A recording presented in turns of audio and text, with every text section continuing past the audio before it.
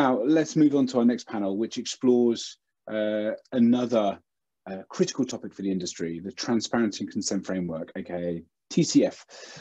Version 2, the latest version, continues to support the overall drive of the TCF to increase consumer transparency, choice, management by digital properties of consent and compliance, and industry collaboration that centers on standardization. To discuss the latest version, its adoption and evolution, I'd like to welcome Townsend Feehan, the IAB Europe CEO, who will introduce her panel. Please submit your cues for the panelists as well in the Q&A box, as always. Over to you, Townie. Hi, David. Thanks so much. Can you guys hear me fine? I will assume so. Yes. So it's really exciting to be joining the event. I think the previous discussion was a nice kind of a nice segue. A lot of evocation of privacy. TCF is obviously part of our pitch as an industry to ensure that users' interests are protected and the law is complied with. And so backed by popular demand, we have the Virtual Programmatic Day TCF update panel, and my all-star panelists start with Stephanie Hanson, not Sarah Hanson, as whose name mysteriously appeared on the previous slide. So Stephanie Hanson is offering manager at OneTrust. I then have Alex Cohn, Senior Director, Product Management, IAB Tech Lab. Alex had to get up early this morning. Looks as if he's in the dark, but maybe not in New York, probably. And then Thomas Mendrina, our much loved chair of our TCF steering group and Senior Director, Publisher, Central Europe at Xandr. So I'm just gonna, we don't have much time, and I don't know if Helen will be wanting to even yank some of our existing 20 minutes because things are running behind a little bit. But the point was just to kind of take the temperature on how you guys see the early weeks and months of the V2 rollout going, and get some feedback from the market, and even maybe thoughts about how where the TCF ought to evolve next going forward. I did want to start with an update on just a couple numbers on uptake. So we have, as of today, 636 registered vendors on V2, and almost all of those, so 619 of those are actually operational. So a little margin of 16, 17 still to become operational, but that is that's a very strong number, 150 roughly more than we had on V1. We have over 120 validated CMPs, and we believe that the TCF is implemented on probably close to 500,000 websites, and TCF strings are turning up in around 80% of bid requests emanating from the GDPR jurisdiction. So, significant uptake, and kind of an exciting time amidst all the complexity of implementing the new version. So I thought I'd just start with feedback from publishers, from Thomas and Stephanie. Maybe how do you guys see the publisher reaction to V2 in all its glory and all its complexity? Maybe start with Thomas. What's the word on the street or amongst your publisher network? Well, I would say relief. They are relieved that it worked properly, that we had this steep increase in numbers of vendors, and that also, despite all the challenges that we see with in-app and AMP, the revenue and the data looks actually pretty good. So it's not that it was a huge drop. It's going okay. So it's a relief. They're happy as it is. And we see in our platform, we see 0.3% of V1 strings. So V1 more or less disappeared, and the V2 is there, and everyone is just adding the last pieces. And yeah, they are happy that the revenue more or less remained stable for the publisher. I'm not sure, Stephanie, what about your feedback? Yeah, I would echo that for sure, and just add that I think we've entered a new phase. We went through the upgrade from version 1 to version 2 phase, which can always be a little manic and stressful.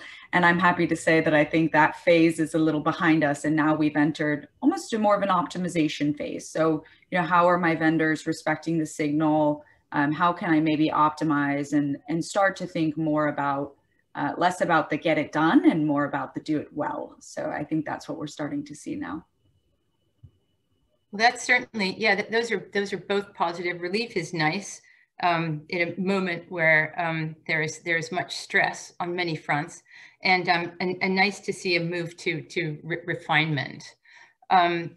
It's also interesting to think about the ultimate beneficiaries of the framework in a way, who are consumers.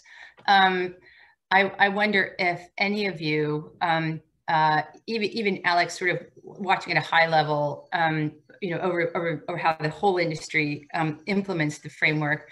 Does anyone have a sense of consumer awareness, or how the different consumer improvements in V2 are hitting and maybe impacting? So just to recall a couple of obvious things we did for consumers in V2 were these more, we had user-friendly language alongside the legal language.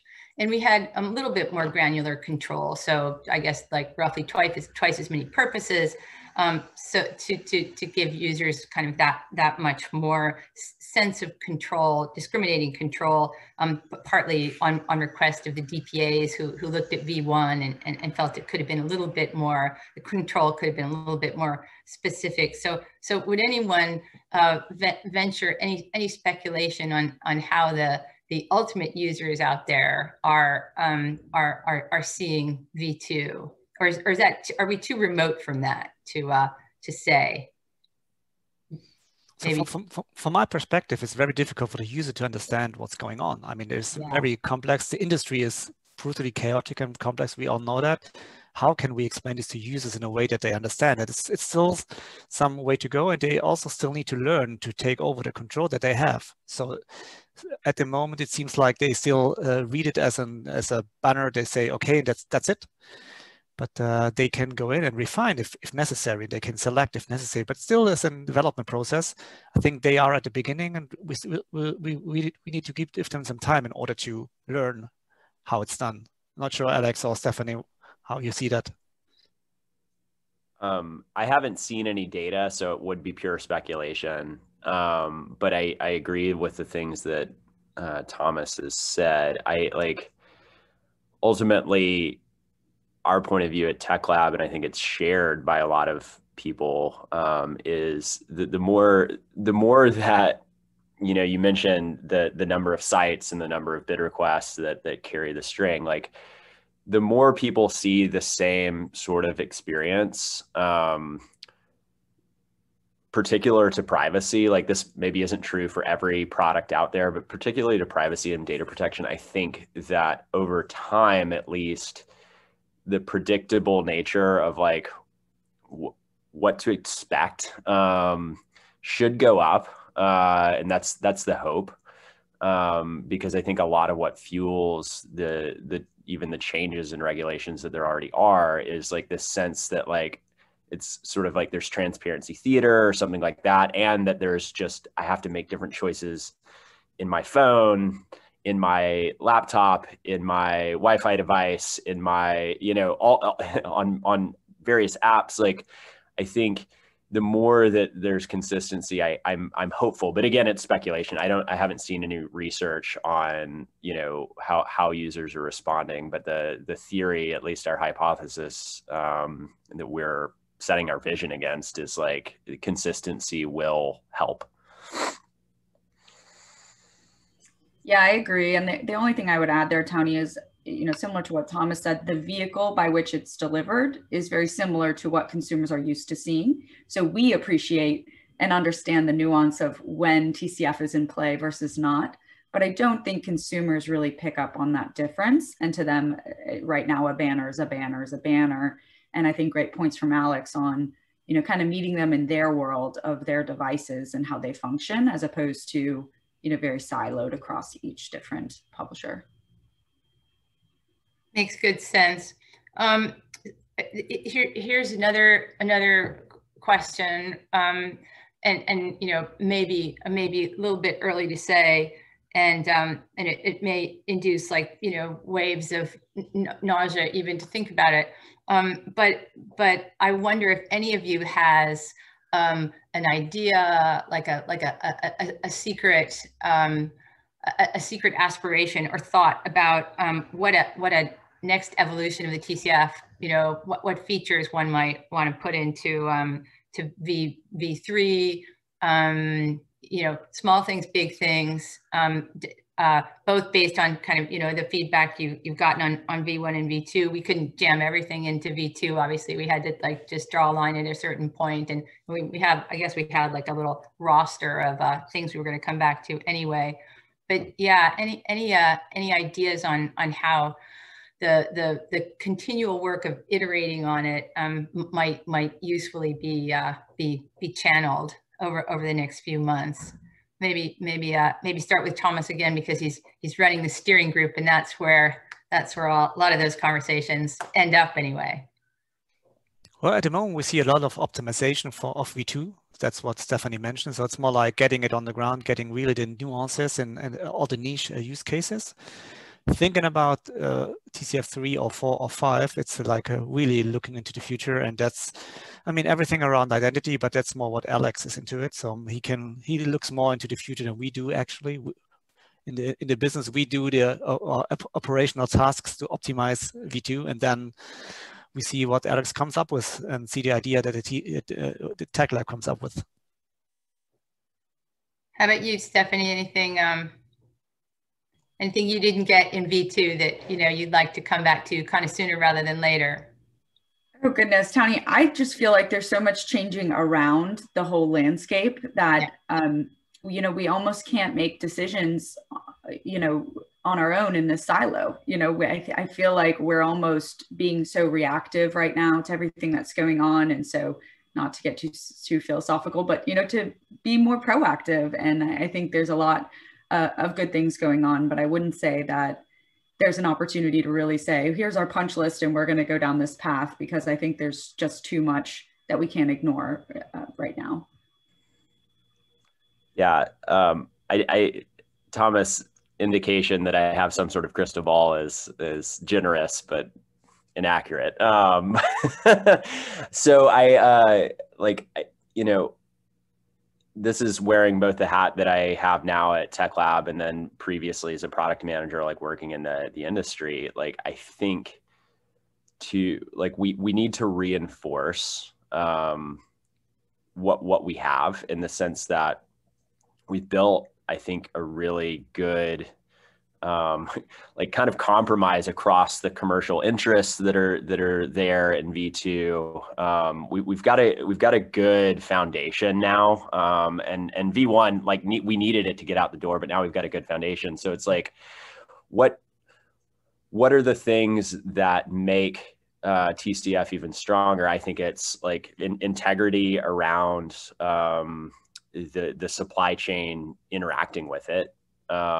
So, you know, you mentioned, I think somebody mentioned earlier, maybe it was in the earlier panel, like, you know, looking into what, maybe it was Stephanie, like what vendors are actually doing with the data, with the string, like, are they respecting it?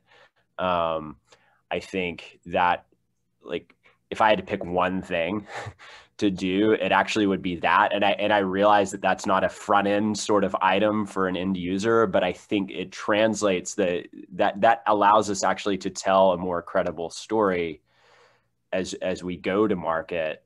That, like, look, we have this signaling mechanism that meets a lot of use cases, and also it's something that you can actually, like, truly trust is going to work. Like, that it's going to be respected. And if it's not, then, like, people, you know, there's real enforcement and penalty. And I know you guys are already, like, working against that, and you've got a lot of work going on at IAB Europe to make that happen. So it's not like it doesn't exist today. I think it's more just like, can we shore up what we have in a way that we're really proud to go to market with it, and really proud to sit with DPAs, sit with users and journalists and say, this is, like, you can actually, like, trust this thing.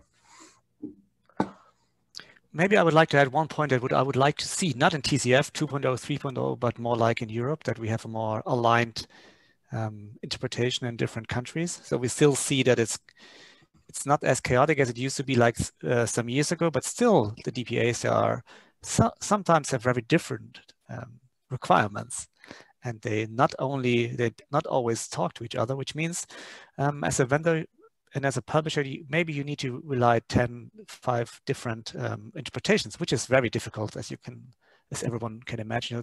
That's nothing I wish for the TCF 2.0 or 3.0, but it's more like that something that I wish for the European digital landscape.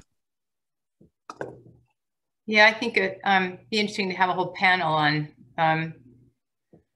enforcement. I think I think you're right.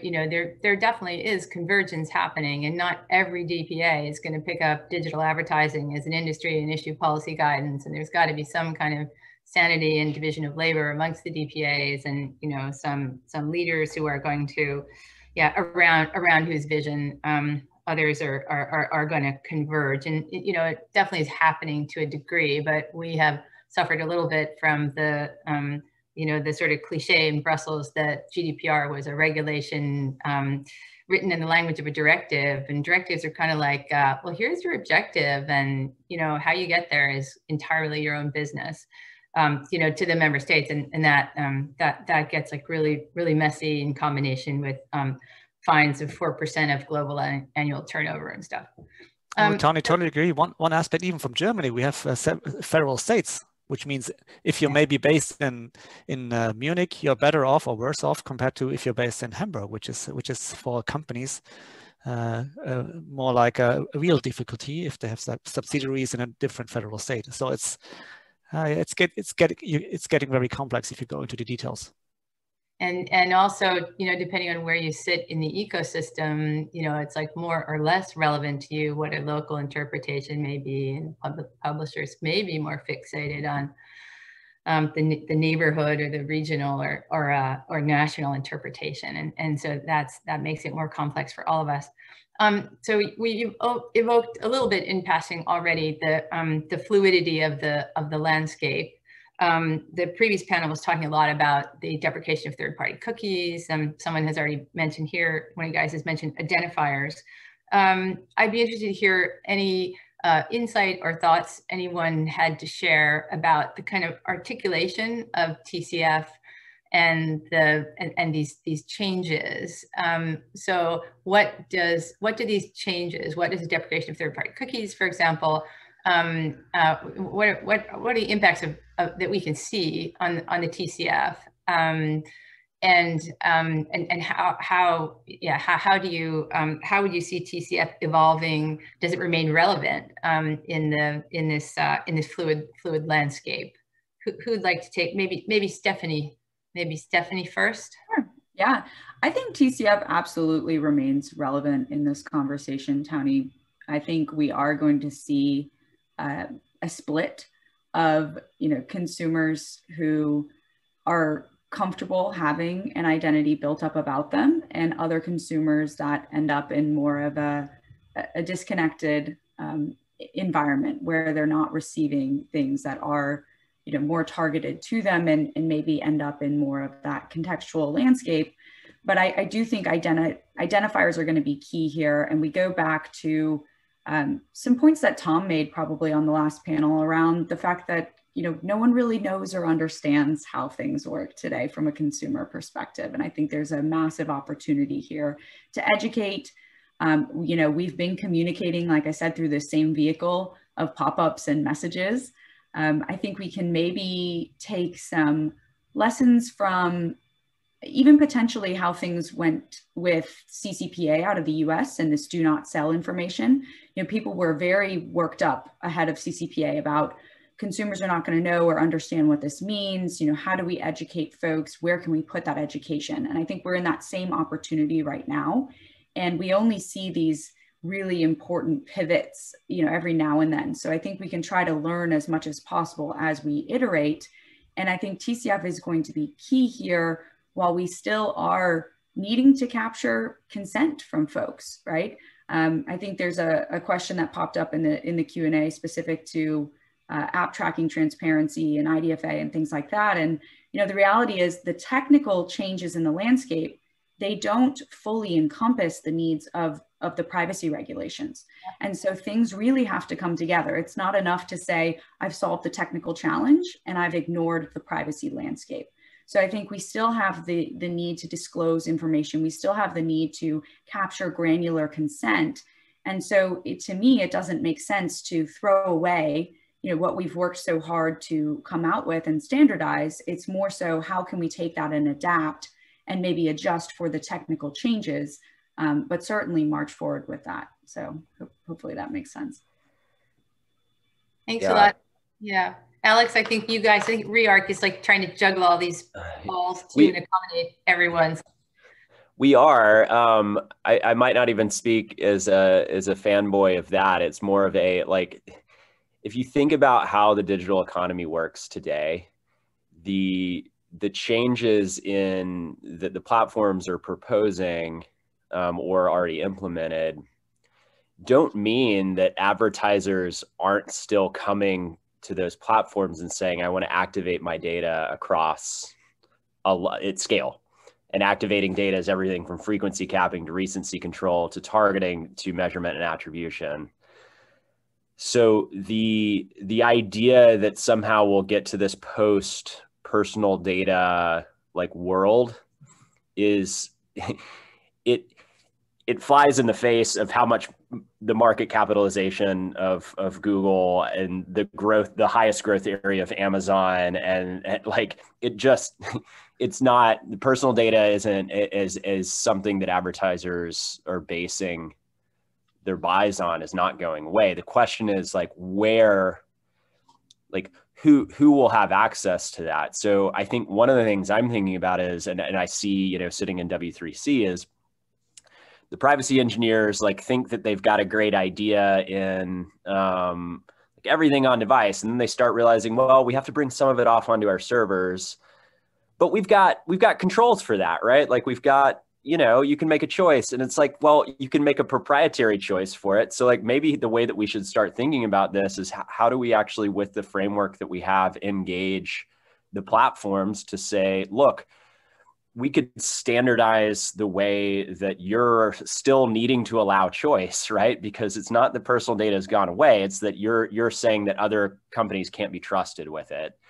but you're still needing to be. So like at a bare minimum, like we could have standardization across the platform. So I think, even if the world comes to, it doesn't make sense to have it on every single publisher site, which I don't think we're there yet. It's like, standards still make sense at the platform level, and so I think there's a place for standards in transparency and control for consumers, regardless of where it's implemented, right?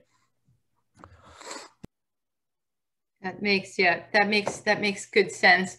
In this changing landscape, there's obviously increasing focus on privacy and data protection from a regulator, legislator point of view. So increasingly pressure to do something, probably not as much awareness amongst regulators of the technology changes that we see. I'd be interested to hear all of your views maybe on the degree to which you see any kind of convergence, even beyond the German DPAs and EU DPAs, to like the world, across the globe. We know we have a evangelical, regulator out there, spreading the news and proselytizing the approach taken in the GDPR. But I'd be interested to know how each of you sees the global landscape changing from a policy and regulatory point of view. And who wants to go first? Maybe Thomas? Well, that's a very open and future thinking question. So what we see, at least, that TCF is very strong in the European market, and we also see that outside of that, it can be a role model for other countries and for other regions, which is great, because we we spend a lot of time and effort and thought into it. So we believe it's good enough in order to use it somewhere else in the world. And hopefully, ideally, it will be a framework that can be a basic framework for a global approach, because it's flexible. It can be used everywhere. But that's maybe, Alex, you can add into that from a more technical perspective. Yeah, I mean, technically, we're wanting to use, you know, a lot of the thought that went into the technical aspects of TCF for supporting other jurisdictions, regardless of whether the policy looks exactly the same or not. I actually do think it's super important to have local organizations like engaged with local policymakers. So like, I think there's going, like, that doesn't have to mean that there's fragmentation for users as much as it just means that there are like local ambassadors to whatever the policy is that's, you know, built on top of the technical framework. Yeah, but outside of that, like, I think, you know, regulators are sort of chasing one another right now. And I think, you know, it's interesting to watch the US for sure, because I think, you know, not because we're credible anymore, we're kind of becoming a banana republic, but like there's at least a sense that like, hey, we need to do something. And if they're like anyone else, like the something tends to like at least read the GDPR, because unlike the CCPA, it was written over 7 years or plus, as opposed to 7 days, like Alistair's CCPA. So like, I think GDPR will like influence a lot of what's coming, and in other locations, just because it's hard to start from scratch, right? And like, if somebody's already done something generally kind of well, like you tend to want to borrow someone else's homework. I see David looming, but I want to really hear from Stephanie, because I know OneTrust do have this global. You guys really do have a global overview, and it's a core part of your business. What do you see? We do, Townie, and you know, honestly, right now it's a bit of a whack-a-mole, and so we build technology that allows people to play whack-a-mole and say, I got to do something different in all of these different places. So, you know, it's a real challenge for sure. I think we may see things ultimately boil down to, here's what I'm doing in an opt-out world, and here's what I'm doing in an opt-in world. I don't know that you want to even converge more than that, because at the same time, you know, you're operating a business and you're optimizing for that as well. And then if you look at user behavior and trends, some users don't want to engage. And so I don't know that we want to go to a world where we force everyone to engage. If we're transparent and we give them the option to engage, I don't know that we need to put that barrier there. So to me, that would be the ultimate, is like, if we can come to a convergence where it's, here's your opt-in standard, here's your opt-out standard, and you still have some choice, some risk analysis as a business, and some flexibility, but maybe not quite as much fragmentation as, you know, as we see right now. Thanks a lot. That's good. That's good paradigm. I think we're all about to be whacked off the stage by David. Do we have any more time, or are we history? Unfortunately, we're going to have to jump on to the next one, but an amazing panel. Thank you very much, Alex, Thanks Thomas. so much, all you guys. Stephanie and Townie, I really appreciate it. Cheers. Okay. And we'd love to have you back on the next DPT for sure.